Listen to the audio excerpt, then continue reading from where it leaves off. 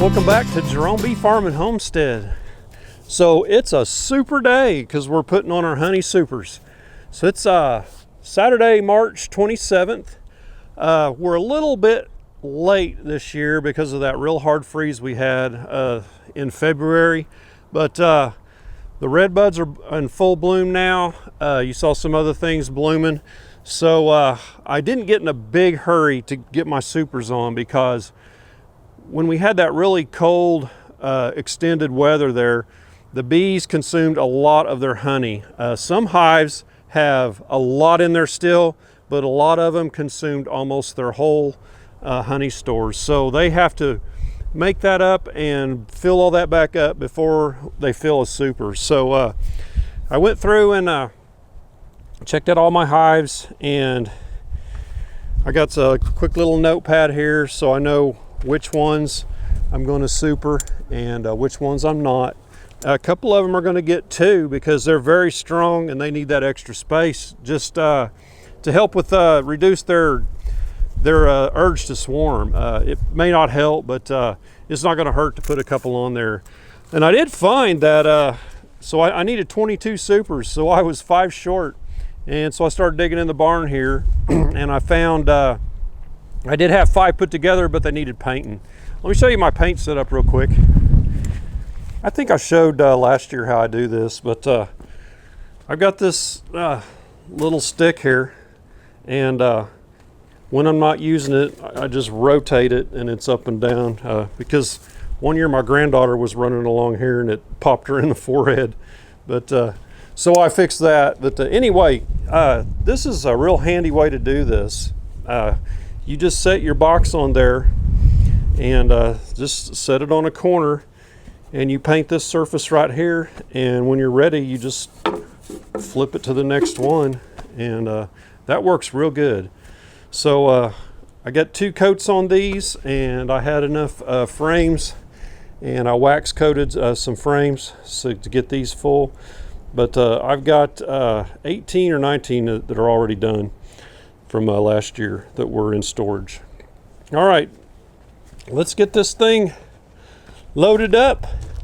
I rigged up 2 wagons just for the effect of it. It's not really that practical, but it'll be cool to have a little honey super train going here. So let's get them loaded up.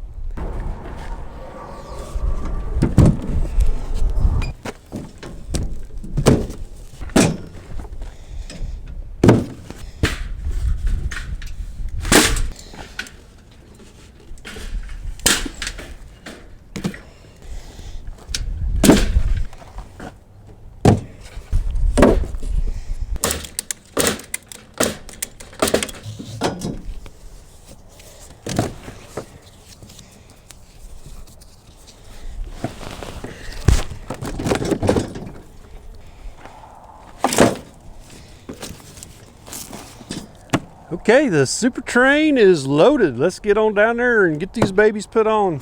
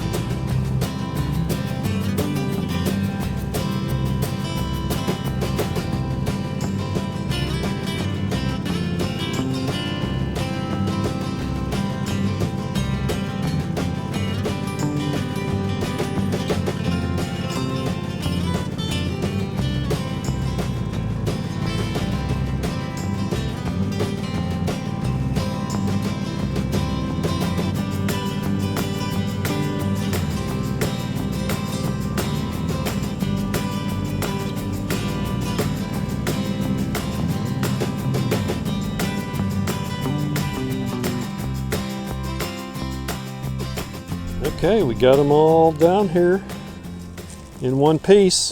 That was kind of fun. So I've been, another reason I haven't quite supered up yet, I was holding off, wanting them to finish off this last 5 gallons here. I was open feeding in here, And there's a few bees still in there, but it's for the most part, it's empty. Yeah, they got it all. It's all cleaned out. So I wanted them to finish that up, but they've got quite a ways to go before they're going to be needing a super. So anyway, a couple of them really could use one. I'm going to put 2 on those. So let's get it started. Okay, real quick, a little FYI. So I'm putting on drawn honeycomb, mostly. I have a little bit of new, but this is all drawn. So this was harvested, cut with a hot knife, and I don't put this out for the bees to clean up. I get it cleaned off, get it drained, spun out in my extractor, and I store it. So this comb is prime comb for a queen to go up and lay in. So I went and I staged where I'm going to put a super. I put my queen excluder there so the queen cannot get up in here and lay. If you put in drawn comb in a super above a laying queen, she'll go up there and lay it and fill it full of eggs. So if you're wanting to harvest honey, you don't want that in your super frames. And also you don't want brood in your super frames because that makes them even more susceptible to wax moth damage. The wax moths really like that cocoon. I don't know what it is about it, if there's more nutrients in that or whatever, but they will get in there and they'll really eat those up. So I run the queen excluder, especially when I put on a comb that I'm reusing.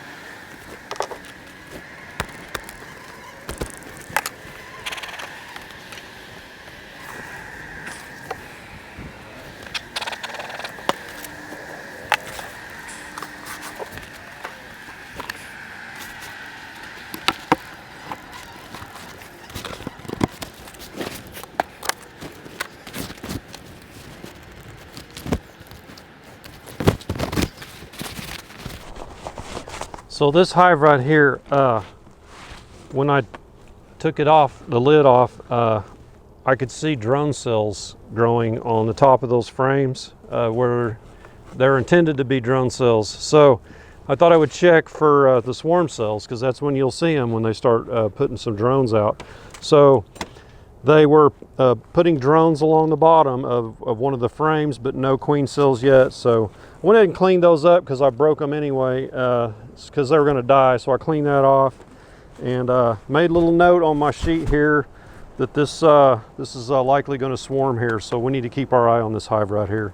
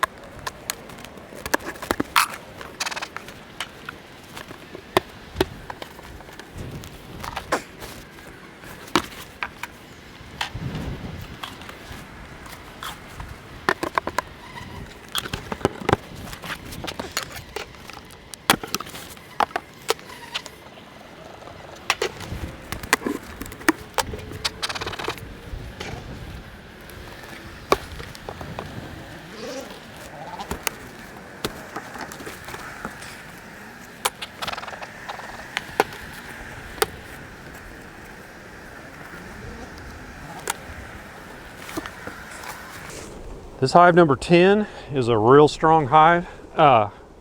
Again, I see drone brood up here on the tops of these, so I thought I'd break it open.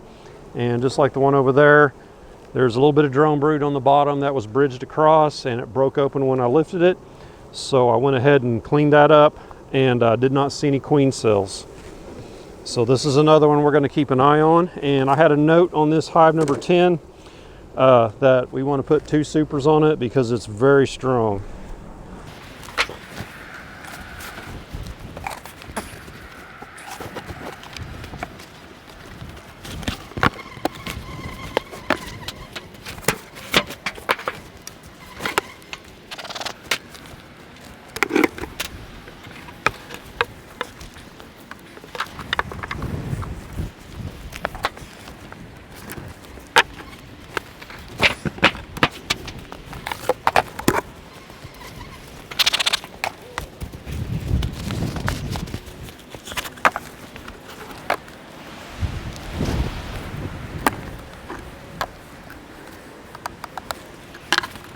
We're going to skip this one because it's got a lot of empty, undrawn frames up here in the top deep. This hive last year had a real high mite count, and I treated it really heavy. Two consecutive doses of 3. 3 doses, 1 dose a week for 3 weeks. So that's a 3 by 3. We'll take this one on over around the corner.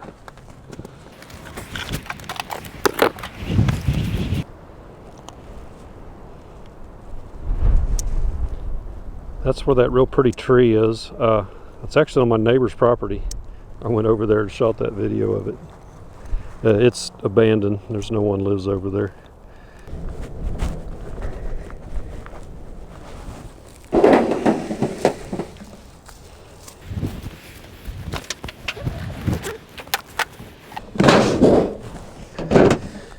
This box here with the little handle on it, I actually made these myself.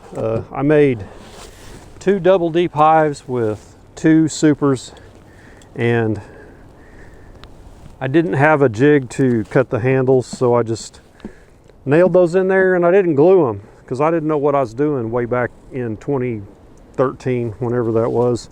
So these are pretty flimsy. I need to repair these and glue that, or just cut a handle in there. I even cut my own finger joints. So after I did that, man, I made a lot of sawdust. I even made my own frames, and man, it takes a lot of time. So to me now, it's worth it to spend the money to buy them, because I didn't save a whole lot of money, because when you buy the lumber, those one buys, they're expensive.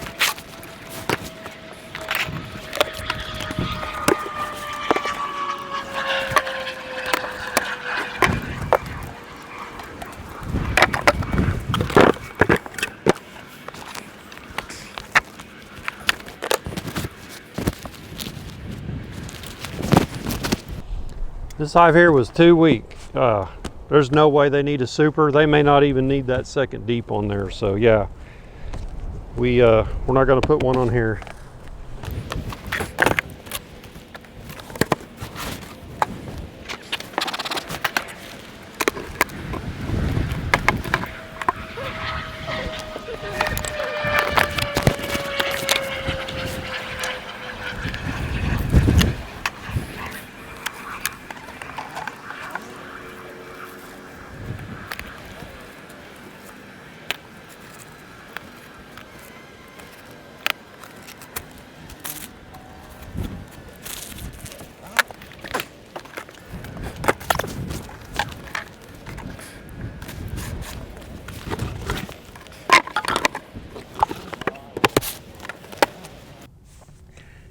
And bam, just like that, we got all of our honey supers on.